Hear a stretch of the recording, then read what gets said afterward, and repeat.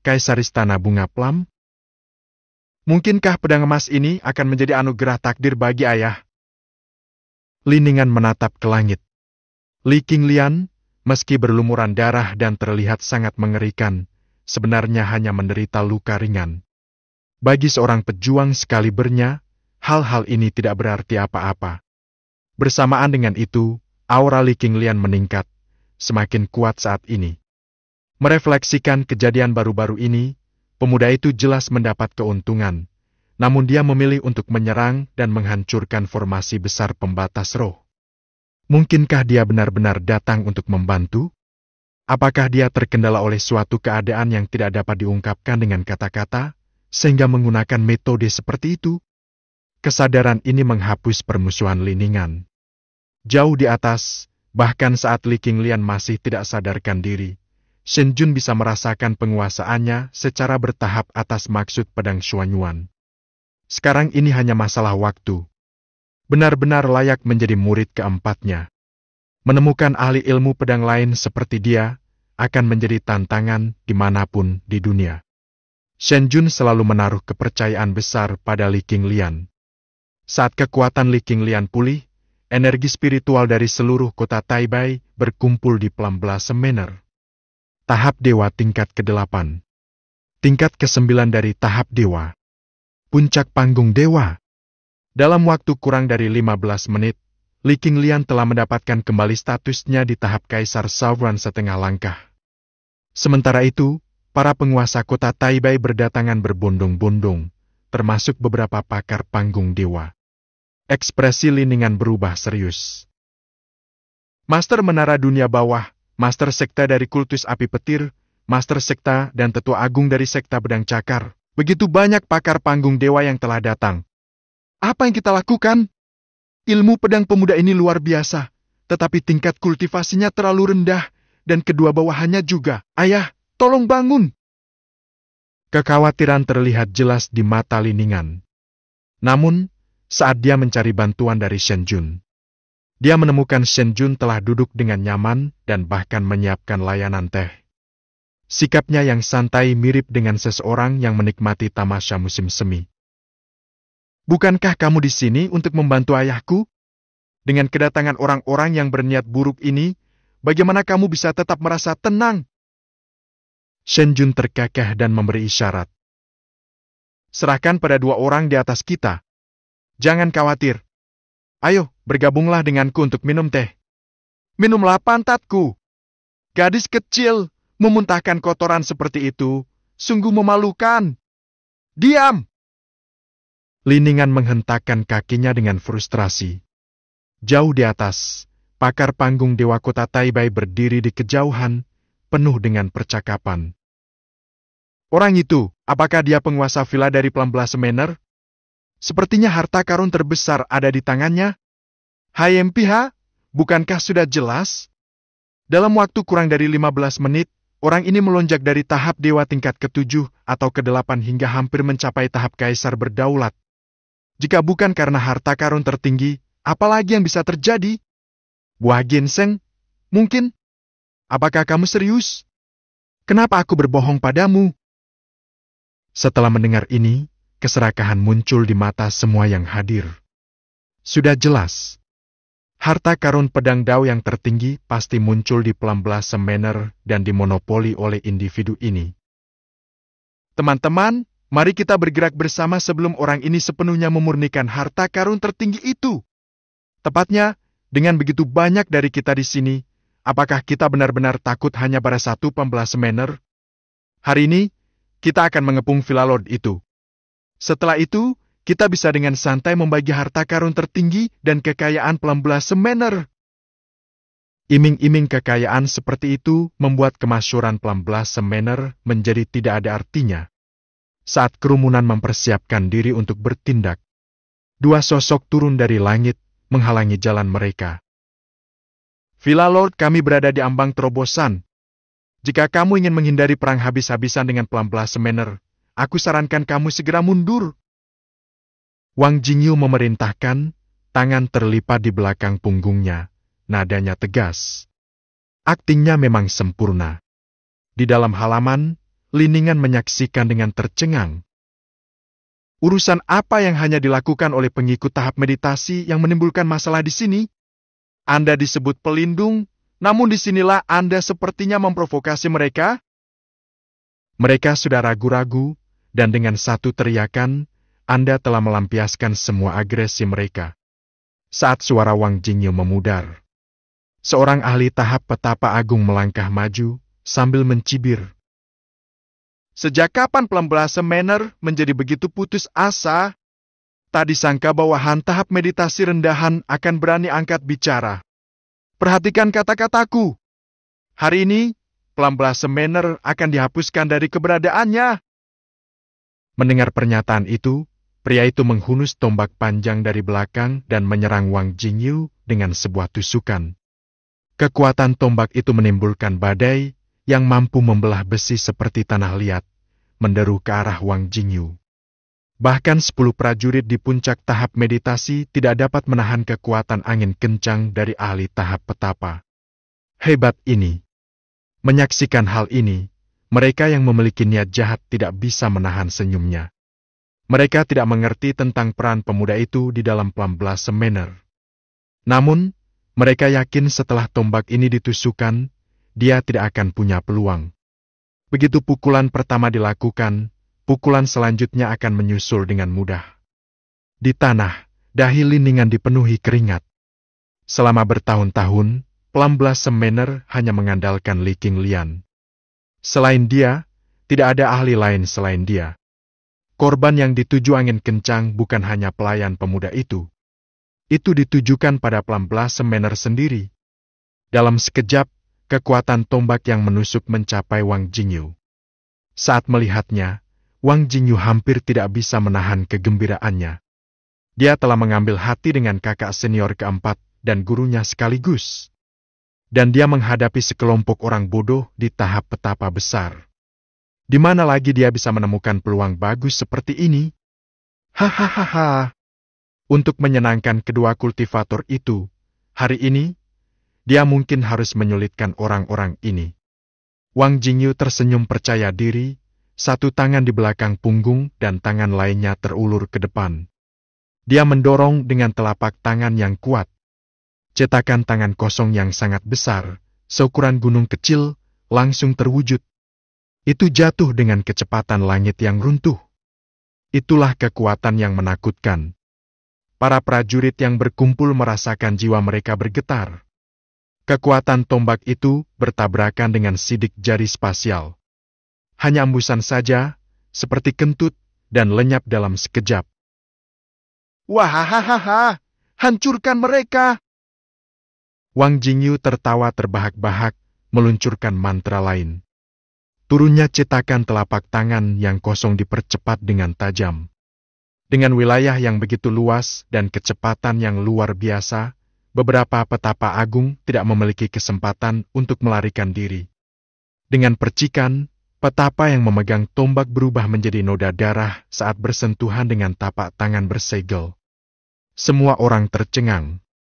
Seolah-olah memukul seorang petapa agung tidak lebih sulit daripada memukul seekor nyamuk. Apakah memang orang ini berada pada tahap meditasi? Terlebih lagi, setelah tamparan yang menjatuhkan petapa bersenjata, jejak tapak tangan bersegel tidak memudar. Sebaliknya, ia menambah kecepatan dan meluncur menuju kerumunan di atas. Ledakan. Lari! Lari demi nyawamu! Maaf, tolong, saya mohon ampun. Para petapa agung begitu ketakutan sehingga mereka meratap dan memanggil orang tua mereka, bahkan ada yang berlutut, memohon agar mereka tetap hidup. Tapi Wang Jingyu bukanlah orang yang menunjukkan belas kasihan. Jejak tapak tangan bersegel. Turun. Lebih dari selusin orang petapa agung binasa. Beberapa pakar panggung dewa mengalami luka parah. Ini adalah seorang kultivator tahap meditasi? Tidak. Siapa sebenarnya dia? Dia setidaknya harus berada di tahap puncak dewa, bukan? Setidaknya setengah langkah ke tahap kaisar berdaulat. Serangan telapak tangan ini, berapa banyak yang terbunuh? Mengerikan. Wang Jingyu membersihkan tangannya. cukup senang dengan hasil serangannya. Dia mengamati ketakutan dan kengerian di mata orang-orang di bawah. Sambil tersenyum tipis, dia bertanya, "Adakah yang mau mencobanya?" Plum Blossom Manor memberikan sambutan hangat kepada semuanya. Semua orang mundur dengan kecepatan sangat tinggi. "Datang lagi? Kamu pasti bercanda. Aku tidak akan pernah datang dalam jarak 10 mil dari Plum Blossom Manor lagi. Tidak, buatlah sejauh 100 mil. Saya sudah selesai dengan Kota Taibai. Malam ini, aku berkemas dan keluar dari sini." "Apakah kamu sudah selesai bermain?" Suara tenang terdengar dari dalam Plum Blossom Manor. Suara itu lembut, namun beresonansi dengan otoritas yang tidak dapat disangkal. Wang Jingyu merasakan hawa dingin merambat di punggungnya dan dengan cepat menyeringai meminta maaf. Cukup, maafkan aku. Sungguh maafkan." Tontonan ini membuat banyak penonton ternganga kaget. Seorang tokoh digdaya, setidaknya setengah langkah menuju tahap kaisar berdaulat, dimarahi seperti itu? Mungkinkah orang yang berbicara itu adalah Kaisar Sovereign yang sebenarnya? Bab 31, Aku berangkat terlalu awal dan datang terlambat.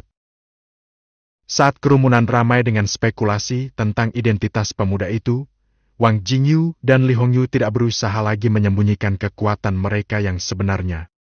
Di langit di atas, dua aura yang sangat kuat dilepaskan, mengirimkan gelombang kekuatan spiritual yang membuat jiwa seseorang gemetar ketakutan. Para penonton menjaga jarak, menatap tontonan itu dengan gentar, menelan ludah karena kagum. Astaga!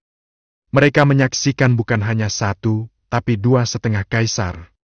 Dan itu bahkan belum termasuk Villa Lord of Plum Blossom Manor yang terhormat. Jika dia terbangun, itu akan menghasilkan total 3,5 kaisar. Apa arti dari pertemuan seperti itu? Di seluruh kota Taibai, seseorang akan kesulitan menemukan satu pun kaisar setengah. Dan jika ada, kemungkinan besar mereka adalah patriark kuno dari kekuatan dominan, monster sejati yang telah menghabiskan waktu berabad-abad dalam pengasingan. Namun di sini berdiri 3 individu, berpenampilan muda, vitalitas mereka berada pada puncaknya, berdenyut dengan kekuatan hidup yang kuat. 3,5 kaisar muda. Apakah kota Taibai berada di ambang perubahan besar? Dan bagaimana mereka mencapai prestasi seperti itu? Orang macam apa? Kekuatan macam apa yang bisa membangkitkan 3,5 kaisar muda? Mungkinkah ketiganya adalah reinkarnasi dari yang mulia iblis atau yang mulia abadi? Tuan Menara Dunia Bawah, Ni Weiping memberi hormat kepada 2,5 kaisar. Tuanku, kami datang hanya untuk menyelidiki anomali langit dan bumi dan tidak bermaksud jahat. Master Sekta Api Guntur Leibao memberi salam kepada 2,5 kaisar. Aku telah membawa murid-muridku untuk memberikan ucapan selamat atas terobosan pemimpin villa, hanya untuk menyampaikan ucapan selamat kami. Hehehe. Dan aku, dari Sekta Pedang Cakar, juga tidak memiliki niat buruk. Aku akan pergi sekarang. Aku minta maaf atas gangguan ini. Faksi-faksi yang tadinya berani kini dengan rendah hati membungkuk, mengakui ketundukan mereka. Di kota Taibai, mereka yang berada di panggung dewa sudah dipandang sebagai pemimpin yang tangguh. Tapi pakar setengah kaisar berada pada level yang sama sekali berbeda. Banyak di antara penonton yang belum pernah melihat sosok berkaliber tinggi seperti itu. Mereka datang dengan harapan mendapat bagian dari harta rampasan, tapi sekarang, melarikan diri bukanlah suatu pilihan. Tanpa izin dari 2 tokoh kuat setengah kaisar ini, kepergian tanpa izin dapat memicu serangan besar-besaran. Dia tidak dapat memperkirakan jumlah nyawa yang hilang. Karena kalian semua di sini untuk mengucapkan selamat, tetaplah di sini untuk sementara waktu. Jangan berkeliaran. Wang Jingyu memperingatkan, matanya menyipit, nadanya tidak ramah. Tidak boleh pergi? Melepaskan orang-orang ini sekarang mungkin akan mendorong mereka memanggil beberapa leluhur terhormat untuk campur tangan. Meskipun dia dan saudaranya tidak takut, lebih baik menghindari komplikasi yang tidak perlu. Lebih baik mereka menunggu di sini. Akan ada cukup waktu untuk menyapa tamu-tamu ini setelah kakak keempat mencapai terobosannya. Shen Jun mengangguk sedikit, terkesan karena pemuda itu akhirnya memikirkan semuanya. Ini memang kejadian langka. Di antara semua yang berkumpul, yang paling terkejut bukanlah seseorang dari kekuatan besar. Itu adalah Liningan. Kedua pelayan pemuda itu adalah ahli setengah kaisar.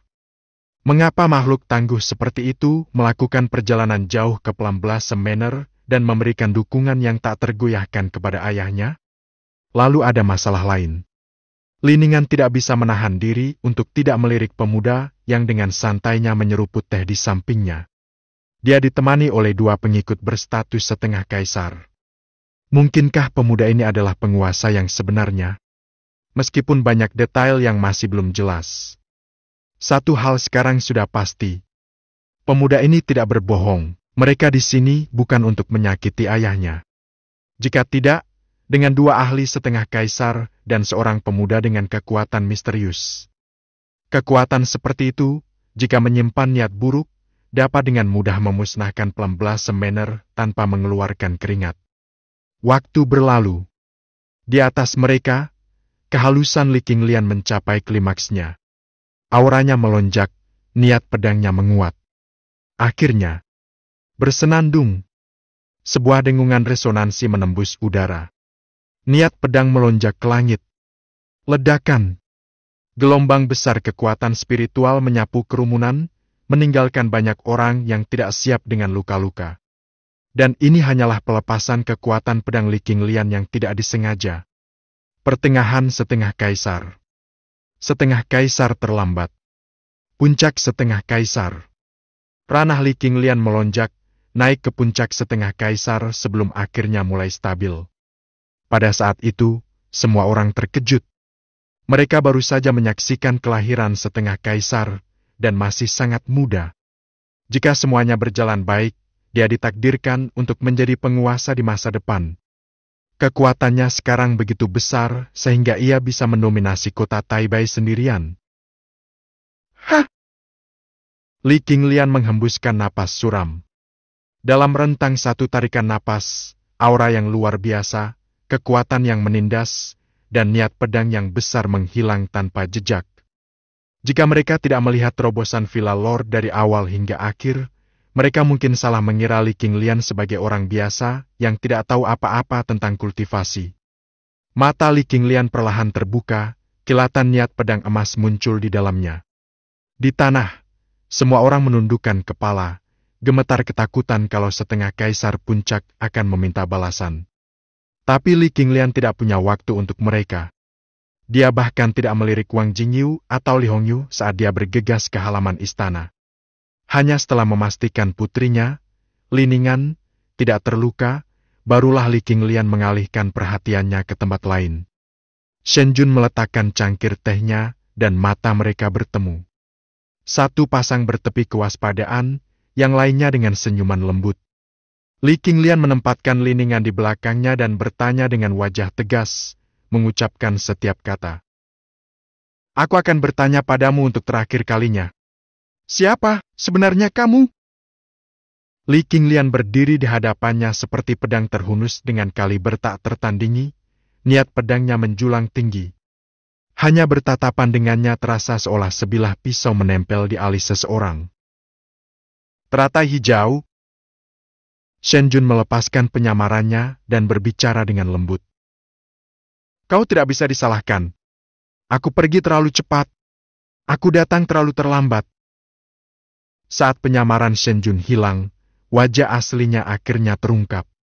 Sebelum ini, dia bersama dua muridnya memang melakukan penyamaran sehingga murid keempatnya tidak bisa mengenalnya. Aura Li Qinglian bergetar hebat. Bahkan entant pedang Xuanyuan yang baru saja ditundukkan hampir hancur. Campuran keterkejutan, rasa syukur, kerinduan, ketidakpercayaan, ragu tapi ingin percaya, dan air mata mengalir di mata Li Qinglian sekaligus. Tidak mungkin! Ini tidak mungkin! Mata Li Qinglian berkaca-kaca saat dia berteriak. Guruku telah mati selama 800 tahun. Katakan padaku, Apa niatmu yang sebenarnya? Mengapa menyamar sebagai guruku? Bab 32. Guru akan memberi pelajaran pada kakak senior keempat. Meskipun dia bertanya, Li Qinglian tidak bisa menahan air matanya. 800 tahun telah berlalu. Dia telah membayangkan momen ini berkali-kali. Siang dan malam, dia tersiksa oleh pikiran itu, tidak dapat menemukan kedamaian dalam tidur. Tapi dia tahu orang mati tidak bisa dihidupkan kembali. Tidak peduli seberapa dalam kerinduannya, gurunya akan selamanya beristirahat di makam kekaisaran yang mereka bangun bersama. Selama bertahun-tahun, saudara-saudaranya tanpa kenal lelah mencari cara untuk membangkitkan kembali guru mereka, namun tidak berhasil. Jadi, orang yang berdiri di depannya sekarang tidak mungkin menjadi gurunya. Situasinya jelas. Tidak peduli siapa orang ini atau apa yang mereka inginkan. Siapapun yang cukup berani untuk menyamar sebagai gurunya di hadapannya hanya memiliki satu nasib. Kematian. Ledakan. Gelombang besar niat membunuh meletus dari Li Qinglian, menyelimuti seluruh halaman dengan warna merah darah yang samar. Pada saat itu juga, nafas para penonton tercekat di tenggorokan mereka, seolah-olah ada pedang yang menempel di leher mereka. Mereka lumpuh. Bahkan untuk menarik nafas pun tidak bisa. Kalau tidak, kematian sudah pasti. Aura kehancuran yang mengerikan membayangi semua orang. Tapi begitu hal itu terjadi, teror itu pun hilang. Mereka semua menyaksikan wajah Li Qinglian yang penuh amarah. Shen Jun tetap diam. Dengan jentikan, dia memegang cambuk emas di tangannya dan mengayunkannya dengan lembut. Ini dia. Saat melihat cambuk itu, Li Qinglian bergidik sekali lagi. Aura kematian yang memenuhi area itu lenyap tanpa jejak. Dia tahu cambuk itu dengan sangat baik. Sekalipun ribuan tahun telah berlalu, dia tidak akan pernah melupakannya. Siapa di antara saudara-saudaranya yang tidak menangis karena cambukannya? Harta karun ini, yang pernah digunakan sebagai alat pengajaran oleh guru mereka yang terhormat, membayangi masa kecil mereka. Ketika guru mereka meninggalkan kehidupan ini, senjata ilahi lenyap bersamanya. Li Qinglian telah mencari jauh-jauh tetapi tidak berhasil. Pada akhirnya, mereka semua percaya bahwa senjata ilahi, seolah-olah memiliki rohnya sendiri, telah mengikuti gurunya menuju akhirat di bawah 9 mata air. Tapi sekarang, di hadapan Li Qinglian berdiri seorang pria yang sangat mirip dengan mendiang guru mereka, bahkan mengacungkan cambuk naga tinggi. Jika dia mati lebih dekat, bukan hanya ciri-ciri pria itu yang mencerminkan ciri-ciri guru mereka, tatapan dan sikapnya sangat mirip dengan guru yang mereka ingat. Mungkinkah dia? Saat pemikiran berani ini muncul, jantung Li Qinglian berdebar tak terkendali. Dia, seorang ahli setengah kaisar yang tangguh, mendapati dirinya kesulitan bernapas. Di tengah ketidakpastian dan keraguannya, Wang Jingyu dan Li Hongyu turun dari atas. Pemandangan dua wajah familiar ini sudah cukup untuk menghilangkan keraguan terakhir Li Qinglian. Kakak keempat, sudah lama sekali. Hahaha, selamat atas terobosanmu. Sapa seseorang.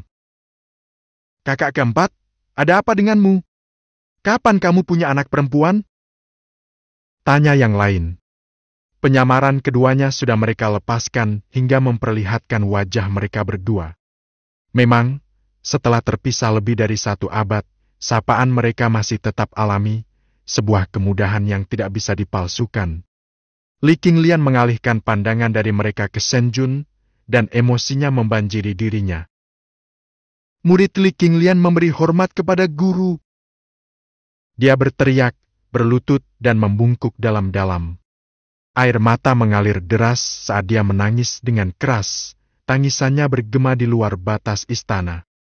Keluhan dan ketidakadilan yang terpendam selama 800 tahun, upaya dan perjuangan yang tidak diakui semuanya dilepaskan pada saat itu juga. Rasanya seperti seorang anak kecil, setelah menantang dunia, akhirnya kembali ke rumah. Seperti yang dinyatakan sebelumnya, mereka lebih dari sekedar murid Shen Jun. Mereka adalah putra dan muridnya, baik pelajar maupun anak baginya. Shen Jun adalah ayah dari 81 dari mereka. di hadapan ayah mereka, apa yang tidak bisa diucapkan atau diungkapkan? Guru, sudah 800 tahun. Murid Anda telah menunggu Anda selama 800 tahun penuh. Guru, tahun-tahun ini sangat sulit bagiku. Aku benar-benar mengalami masa-masa sulit. Semua emosi kerinduan, kesedihan, penderitaan, dan ketekunan yang tertahan meledak saat melihat Shen Jun. Isak tangis yang menyayat hati membuat semua orang yang hadir tercengang. Apakah itu, Tuan Villa yang baru saja maju ke setengah kaisar menangis? Saat tangisan bergema, semua orang bertukar pandangan tidak percaya. Ketidakpercayaan tertulis di mata mereka. Hormat, Tuan Setengah Kaisar. Ini. Mari kita tidak memulai hal lain. Mereka yang berada di puncak setengah kaisar hanyalah murid. Jadi Tuan ini, setidaknya haruslah seorang penguasa, kan? 3 setengah kaisar. 1 penguasa. Pikiran yang sama terlintas di benak semua orang. Ini sudah berakhir. Benar-benar berakhir. Mereka mengaku datang untuk menyaksikan. Tapi siapapun yang memiliki pandangan tajam dapat melihat bahwa jika bukan karena kemunculan telapak tangan kekosongan, mereka pasti sudah menyerbu ke Blossom Manor untuk membuat kekacauan. Sekarang, tidak hanya ada 3 ahli setengah kaisar di sisi lain, tapi mereka juga membawa tuan mereka bersama mereka. Ini adalah sebuah bencana. Celepuk, celepuk, celepuk. Semua orang yang berkumpul di sekitar Blossom Manor segera berlutut. Tidak ada satu orang pun yang berani mengangkat kepalanya. Orang suci agung apa? Dewa apa? Di hadapan setengah kaisar, apalagi penguasa, mereka tidak berarti. Hanya jentikan jari pihak lain saja sudah bisa melenyapkan mereka. Saya, pemimpin pavilion dunia bawah, dengan ini berjanji untuk menjadi anak perusahaan Blossom Manor, mengikuti arahan 3 bangsawan terhormat mulai hari ini dan seterusnya. Master sekta dari kultus dunia nada adalah yang paling cepat bereaksi, bersujud di tanah dan berteriak sekuat tenaga. Melihat ini, semua orang berpikir, sial, apakah itu mungkin? Mereka dengan cepat bergabung dalam paduan suara. Villa Lord benar-benar sosok dewa. Sekta api gunturku juga ingin berjanji setia kepada Blossom Manor, mengikuti arahan 3 bangsawan terhormat. Sekta pedang cakarku siap menjadi garda depan Raja Villa, mengikuti arahan ketiga raja. Azure Dragon Hallku juga ingin tunduk pada tuan yang terhormat. Dalam sekejap, setiap kekuatan di kota, besar atau kecil, segera bersumpah setia, takut menjadi orang terakhir yang bersumpah setia.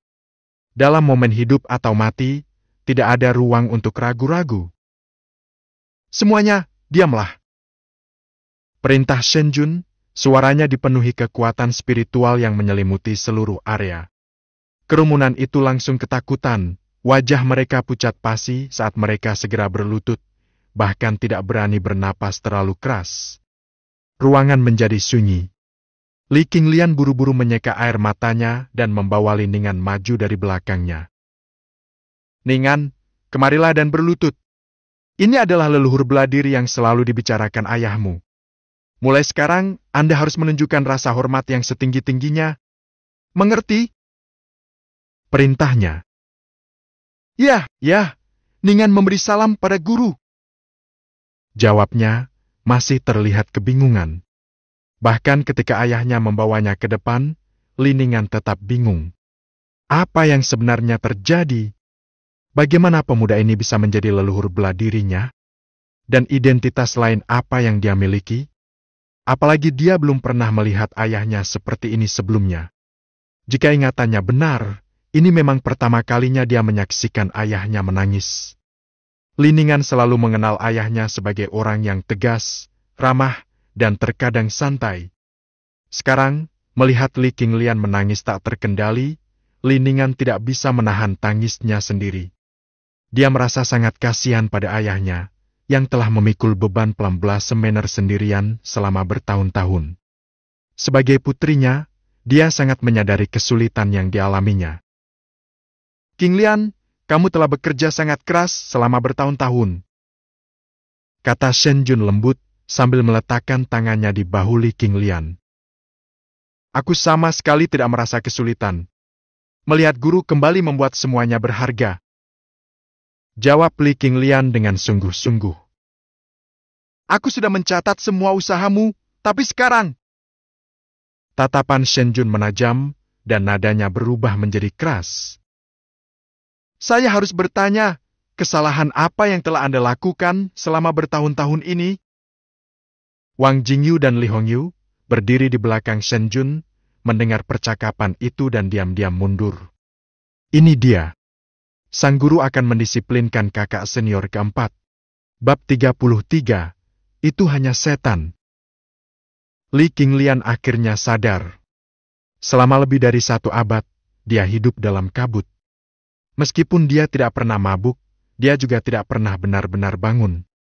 Tapi sekarang, dia telah disegarkan, hati pedangnya dibuat kembali. Merenungkan 100 tahun terakhir yang dihabiskan dalam keadaan linglung, Li Qinglian menyadari bahwa jika gurunya tidak datang membangunkannya dengan metode ekstrem seperti itu hari ini, dia mungkin tidak akan pernah terbangun. Dia bahkan mungkin membiarkan seluruh hidupnya berlalu begitu saja dalam keadaan pingsan itu. Memahami implikasi dari pertanyaan gurunya, Li Qinglian tahu dia akan dimintai pertanggungjawaban. Saya salah, guru. Saya salah karena hidup dalam kabut, menyanyiakan hidup saya, membiarkan hati pedang saya berdebu. Katanya sambil membungkuk dalam-dalam sebagai penebusan dosa. Tolong, guru, hukum saya dengan berat. Melihat penyesalan ayahnya, Liningan segera berlutut di sampingnya.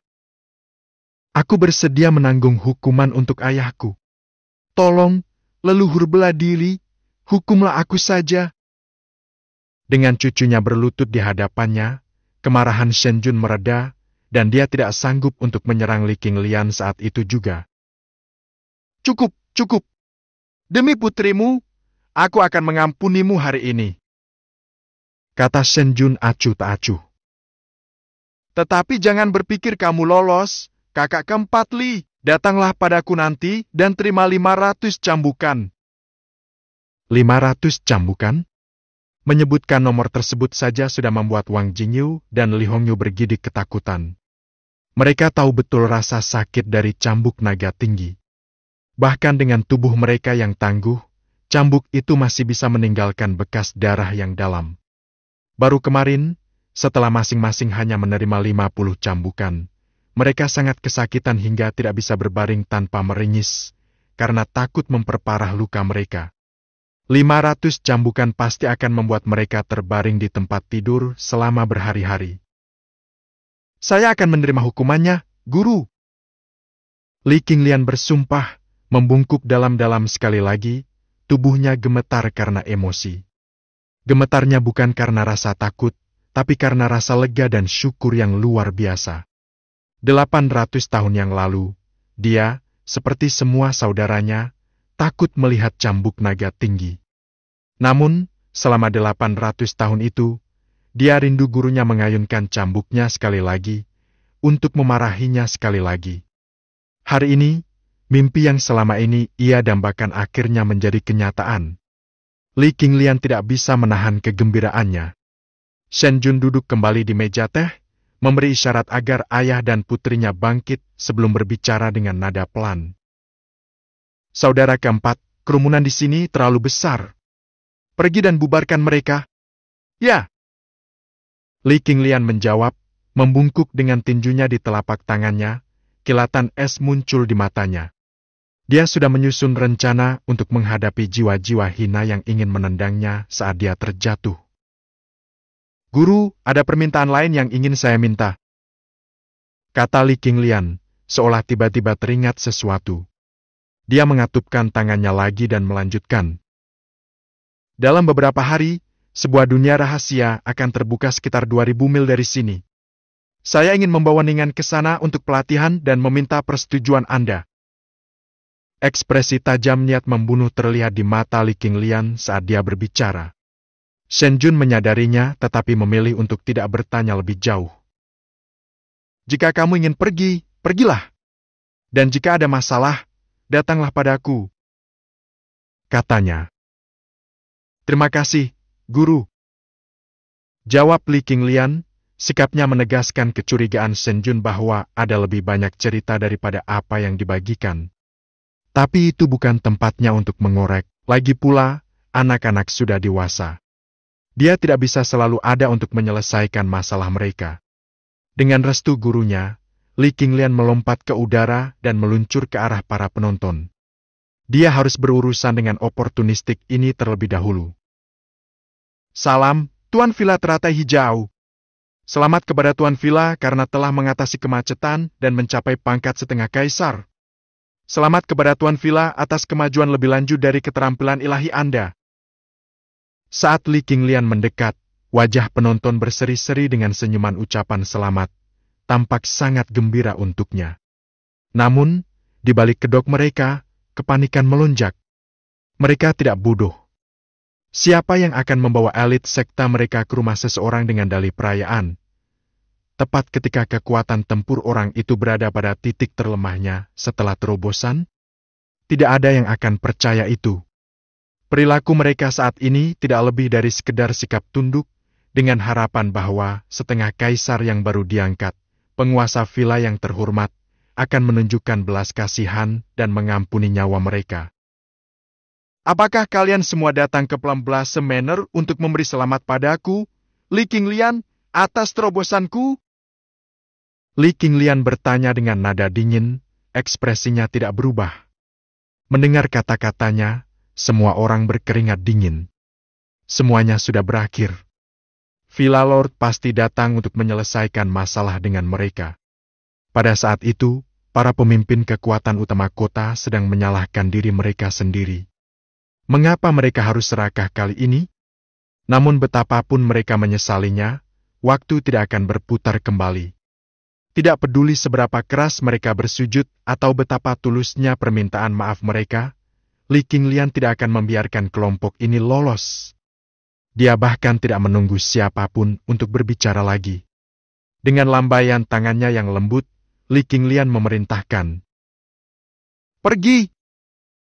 Dalam sekejap, ratusan ribu energi pedang tak terlihat meledak dari lengan bajunya yang besar. Dia memegang jutaan pedang di lengan bajunya. Ah! Tanganku! Sakitnya! Tak tertahankan. Li Qinglian, metodemu kejam! Itu semua terjadi dalam sekejap mata. Semua orang kehilangan lengan kanannya.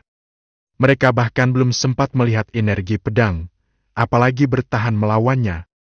Anehnya, tidak ada setetes darah pun dari luka di tubuh mereka atau anggota tubuh yang terputus di tanah.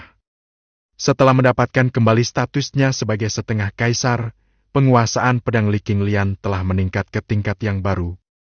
Tangisan ratusan orang menggema hingga ke langit, terdengar jelas oleh seluruh penduduk kota. Banyak yang berebut mengambil senjata mereka. Namun para pakar panggung dewa terkemuka, meski merasakan sakit yang luar biasa, membungkuk dalam-dalam sebagai rasa terima kasih kepada Li Qinglian. Terima kasih, Tuan Villa dari Plumblossom Manor, karena telah menyelamatkan nyawa kami. Terima kasih, Tuan Villa dari Plumblossom Manor, karena telah menyelamatkan nyawa kami. Terima kasih, Tuan Villa dari Plumblossom Manor, karena telah menyelamatkan nyawa kami. Bagi para kultivator, kehilangan lengan bukanlah cedera serius. Dengan budidaya yang cukup, seseorang dapat pulih bahkan jika separuh tubuhnya hancur. Dengan hanya mengambil senjata mereka, Li Qinglian memang menunjukkan keringanan hukuman.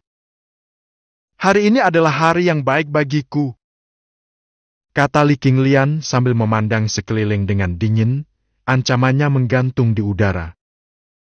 Itulah sebabnya aku dengan murah hati menyelamatkan nyawamu dengan imbalan tangan kananmu. Ingat, tidak akan ada waktu berikutnya. Ya, terima kasih, Villa Lord, karena telah menyelamatkan hidup kami. Kerumunan itu buru-buru menjawab. Tuan Kota Taibai, serahkan token untuk memasuki alam rahasia Lu Guang. Tuntut Li Qinglian, menatap seorang pria parubaya di puncak panggung orang suci agung dengan tatapan dingin. Tuan Villa, ini. Apakah kamu punya masalah? Mata Li Qinglian sedikit menyipit saat aura menindas dari setengah kaisar sekali lagi menyapu area tersebut. Tidak sama sekali, tokennya ada di sini. Tolong jaga baik-baik. Penguasa kota Taibai, meskipun menderita karena kehilangannya, dengan cepat menyerah di bawah tekanan yang sangat besar. Dia sangat menyadari niat membunuh yang terpancar dari Li Qinglian. Tanpa ragu lagi, jika dia berani mengucapkan sepatah kata pun, penguasa villa setengah kaisar akan dengan paksa mengambilnya. Setelah menerima token itu, Li Qinglian mendengus menghina. Sekarang, pergilah dari hadapanku. Perintahnya menggelegar di antara kerumunan. Semua orang bergegas berdiri. Mereka yang bisa, berteleportasi, hilang. Mereka yang tidak bisa, terbang. Dan mereka yang tidak bisa terbang, berlari tanpa menoleh ke belakang. Mereka selamat. Akhirnya, mereka selamat. Bagi semua orang yang hadir, hari itu mengakibatkan hilangnya satu lengan dan rasa malu yang mendalam. Tapi apa yang bisa mereka lakukan? Dia adalah seorang setengah kaisar, yang akan segera menjadi ahli kaisar yang berdaulat sepenuhnya. Siapa yang bisa melawannya? Mereka harus mengertakkan gigi dan menelan harga diri mereka. Memikirkan balas dendam? Mereka seharusnya menganggap diri mereka beruntung, bukan dia yang meminta balasan. Namun, seperti kata pepatah, selalu ada ikan yang lebih besar di laut. Beberapa orang tidak percaya masalah ini akan berakhir di situ. Bagaimana jika dia adalah seorang setengah kaisar? Mereka tidak bisa menyentuhnya, tapi bagaimana dengan putrinya? Dia mungkin tak terkalahkan, tapi bagaimana dengan putrinya? Hai MPH. Li Qinglian, aku menolak percaya kamu bisa menjaganya setiap menit sepanjang hari. Ketika orang-orang ini pergi dengan niat jahat, puluhan pedang energi mengejar mereka, menargetkan mereka yang memiliki niat buruk. Udara dipenuhi dengan suara pemotongan mereka yang terus-menerus. Astaga! Dalam sekejap, puluhan kepala terlempar. Kolom darah muncrat ke angkasa. Jika ada yang ingin membalas dendam terhadap Lamblas Semener, datang dan hadapi aku. Pedangku selalu siap. Suara dingin Li Qinglian bergema di telinga mereka. Semua orang tanpa sadar bergidik. Sekarang, tidak ada yang berani melakukan niat buruk apapun. Villa Lord ini bukan manusia biasa. Dia adalah iblis. Bab 34. Alam rahasia yang diinginkan oleh 3 tempat suci. Dalam sekejap mata, kerumunan orang itu menghilang tanpa jejak, hanya menyisakan lengan yang terpenggal dan selusin tubuh tanpa kepala. Li Qinglian menyapu area itu dengan divine sense-nya, memastikan tidak ada ancaman yang tersisa sebelum dia memasuki kembali halaman rumahnya. Shen Jun tetap diam, pandangannya tertuju pada Li Qinglian, mengharapkan penjelasan tentang manual rahasia. Li Qinglian mendekat, membungkuk hormat, dan memulai. Guru, alam rahasia Luo Guang yang saya sebutkan sebelumnya adalah alam rahasia tingkat surga yang dibuka setiap abad sekali, hanya menerima 300 pendatang sekaligus. Dia memberikan sebuah tanda dan melanjutkan. Dengan tanda ini, 3 orang bisa masuk ke dunia rahasia. Meskipun peluang yang ada di dalamnya tidak terlalu berarti bagiku, bagi Ningan, ini memberikan peluang bagus untuk pertumbuhan dan pelatihan. Li Qinglian dengan sabar mengklarifikasi niatnya. Alis Shen Jun sedikit berkerut saat dia bertanya. Jika itu untuk putrimu, mengapa tidak menemaninya sendiri? Sebagai setengah kaisar, tentunya kamu tidak terintimidasi oleh alam rahasia kelas surga, kan? Dunia rahasia dengan berbagai ukuran dan sifat ada di dunia ini, ada yang seluas negara. Ada pula yang tidak lebih besar dari kota. Mereka penuh dengan keberuntungan dan bahaya, menjadikannya tempat pelatihan utama bagi kaum muda. Namun, tempat-tempat seperti itu tidak begitu menarik bagi orang-orang di atas usia tersebut. Guru, bukannya saya tidak mau menemaninya? Jawab Li Qinglian, wajahnya mencerminkan kesusahannya. Alam rahasia Luo Guang sangat berbahaya dan penuh teka-teki. Diatur oleh kekuatan aturan dengan kekuatan yang sangat besar. Praktisi di atas tahap mendalam surgawi terkoyak oleh kekuatan ini bahkan sebelum mereka dapat menginjakkan kaki di dalam. Dia menceritakan upayanya di masa lalu. Seabad yang lalu, saya mencoba menerobosnya dan berhasil ditolak. Kamu gagal masuk? Alis Shenjun terangkat karena terkejut. 100 tahun yang lalu, kamu sudah berada di kultivasi setengah kaisar. Apakah kekuatan aturan di dunia rahasia benar-benar hebat? Li Qinglian menggelengkan kepalanya sambil menghela nafas. Meskipun semua teknik yang kumiliki sudah kukerahkan, aku tidak bisa melewati ambang pintu. Kekuatan penguasa pada tingkat itu adalah sesuatu yang bahkan penguasa sejati pun mungkin tidak bisa mengatasinya. Kekuatan aturan yang bahkan seorang penguasa pun tidak dapat menahannya. Shenjun mengernyitkan dahi. Tidak ada entry bagi siapapun yang berada di atas tahap mendalam surgawi. Nah, itu menarik. Alis Shenjun terangkat, menandakan rasa penasarannya semakin besar. Melihat ini, Li Qinglian tahu gurunya tertarik. Dia dengan cepat menyalakan api. Tuan, bukan hanya itu. Saya juga telah memastikan bahwa 3 dari 9 tanah suci besar mengincar tanah suci Luoguang. Mereka telah mendapatkan sejumlah besar tempat dan berencana mengirim anak-anak ajaib mereka untuk pelatihan di sana. Oh, dan ini cukup beruntung, sungguh.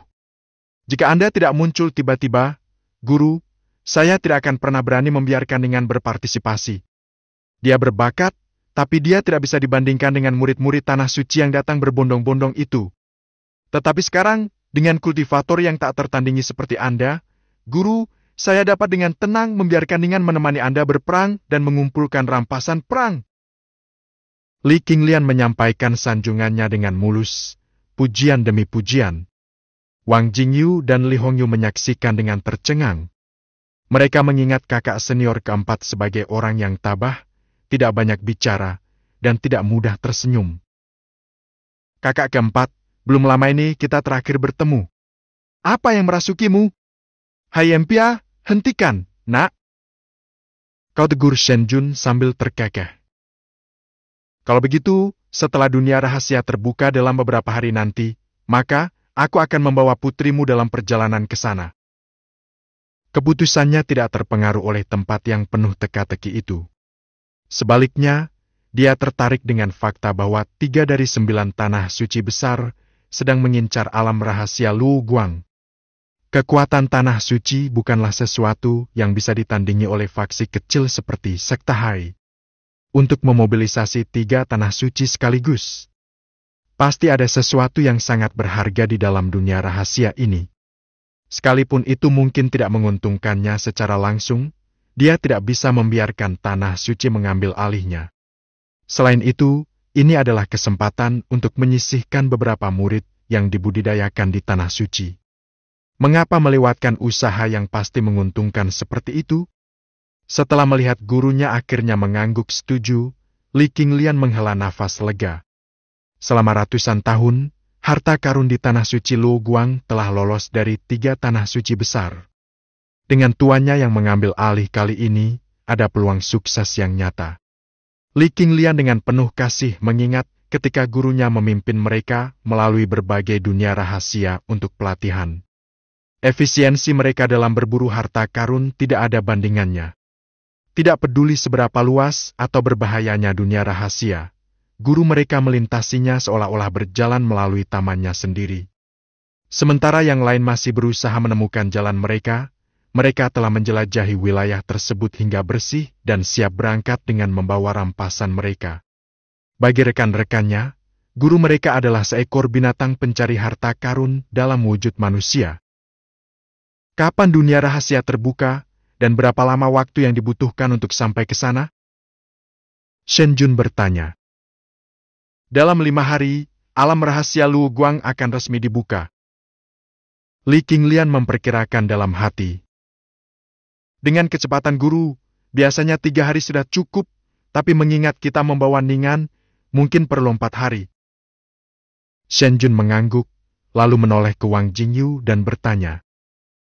Jingyu, apakah kamu memiliki artefak terbang yang efektif? Semakin cepat, semakin baik. Banyak?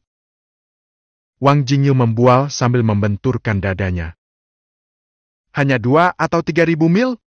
Itu bahkan tidak memakan waktu 1 hari pun. Jika ada yang tidak beres, akulah yang akan bertanggung jawab. Selain itu, King Lian, sediakan kamar untukku. Aku perlu bermeditasi selama beberapa hari dan akan muncul sehari sebelum dunia rahasia terbuka. Plum Blossom Manor bukanlah sebuah perkebunan yang luas, tapi tentu saja tidak kekurangan kamar. Namun, pemikiran bahwa guru mereka membutuhkan beberapa hari untuk berkultivasi sungguh membingungkan. Dengan bakatnya, apakah pengasingan selama bertahun-tahun tidak menghasilkan kemajuan yang signifikan? Wang Jingyu memperhatikan ekspresi bingung Li Qinglian, melingkarkan lengannya di bahunya, dan terkekeh. Kakak keempat, anggap ini sebagai peringatan ramah dari juniormu. Sebaiknya kau segera mengunjungi orang-orang di kota Taibai supaya mereka maklum dengan kekacauan yang akan guru timbulkan. Berhentilah bertele-tele dan beritahu aku alasannya. Alis Li Qinglian berkerut. Aku tidak berani melanggar guru kita, tapi apakah kamu memberitahuku bahwa aku tidak bisa menangani tukang batu seperti kamu? Hei, kakak keempat, kamu benar-benar salah menilai kakak senior Jingyu. Kata Li Hongyu sambil menyeringai nakal.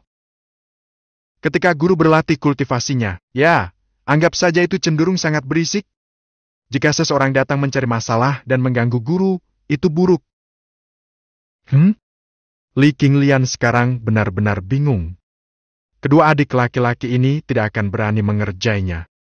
Tetapi, guru hanya berada di tingkat ke-7 dari tahap kekuatan supernatural. Seberapa besar gangguan yang bisa dia timbulkan pada level itu? Bahkan dia, yang berada di puncak setengah kaisar, mungkin tidak dapat mengguncang seluruh kota Taibai selama budidayanya. Dan bahkan jika dia melakukannya, bagaimana dengan itu?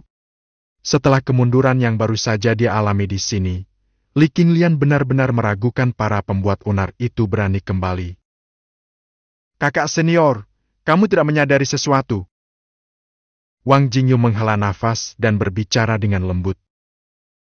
Kami baru saja bertemu kembali dengan guru beberapa hari yang lalu. Tahukah Anda tingkat kultivasi guru pada saat itu? Level berapa? Li Qinglian bertanya dengan bingung. Tahap kekuatan supernatural tingkat ke-3. Tidak mungkin. Sama sekali tidak mungkin. Aku tidak akan pernah mempercayainya, bahkan jika kamu memukulku sampai mati.